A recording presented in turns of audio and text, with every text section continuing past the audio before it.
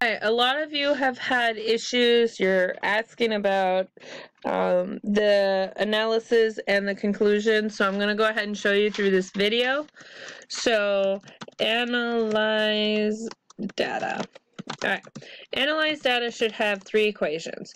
You should have density, which equals mass divided by volume.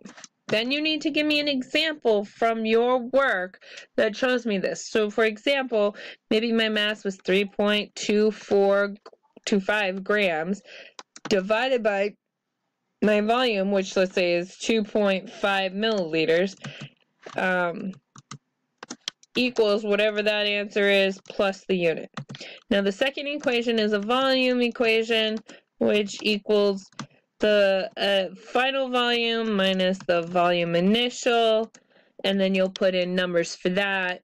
And then the last one, your volume, which equals length times width times height. Okay? Now the graphing part is the tricky part, so I'm going to go over here. So when you get here, these are all in your Google spreadsheet. So this is the Google spreadsheet you can do it in your Drive. What you're going to do is type in volume here and then mass right here. And then you're going to put in your numbers. Let's say 1.2 was my volume for one of them, and that matched up with the 5 gram mass. Then my next volume was 2, and that matched 6.2.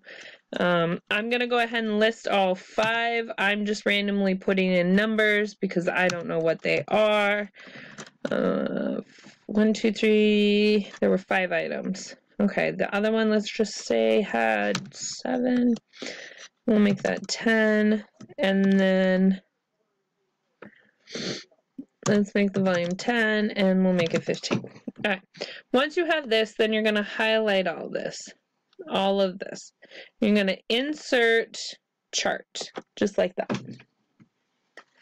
Once you have this chart, you're going to come over here in this section.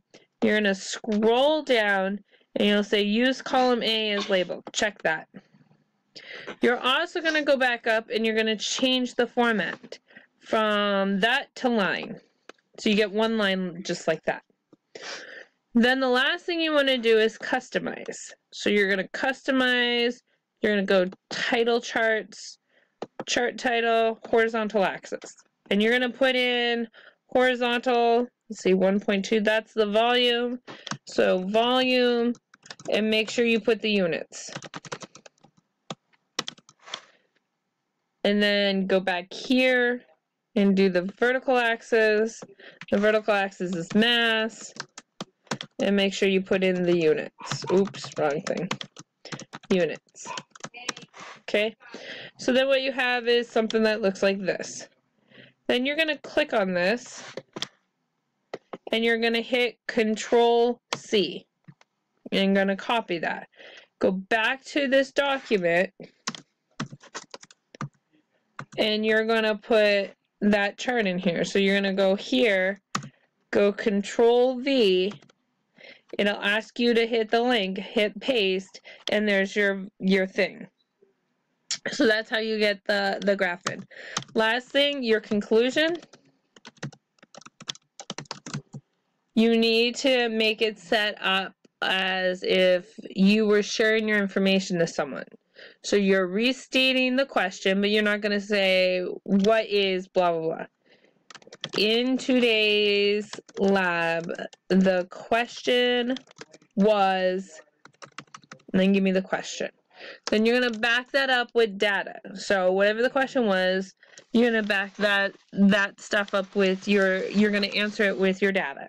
So again, you're not going to say the cube was, that's not what I want.